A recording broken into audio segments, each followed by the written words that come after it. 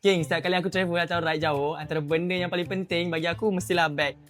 Sebab kebanyakan masa, semua barang penting aku memang ada dalam satu bag je. Macam bag daripada TomTok ni travel backpack. Apa yang aku suka dia nampak simple dari luar, tapi ruang dalam dia memang banyak dan tersusun. Contoh macam ada quick access pocket di atas ni, aku ambil pasport aku senang je. Dan di depan pun ada quick accessnya. Aku ambil dari depan ni, terus dapat barang yang aku perlu lah. Contoh aku punya perfume. Yang paling aku suka, bila buka ni boleh dapat 180 darjah. So lebih besar dan macam luggage korang lah. So yang kat belakang ni ada padded compartment. Lebih secure lah bila ada laptop. Contoh kat laptop ni kan. Aku buka je laptop, masukkan, aku secure. Lock macam ni. Tutup je.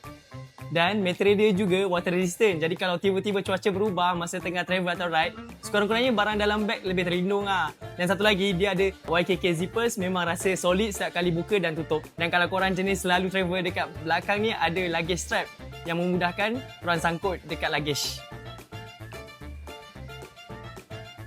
Bagi aku, TomTok ni memang sesuai untuk travel, ride dan kegunaan harian sebab dia simple je, selesa dan semua barang penting sentiasa mudah dicapai. Korang boleh check dekat link di bawah atau beg kuning ataupun korang boleh je terus ke official store, TomTok official store.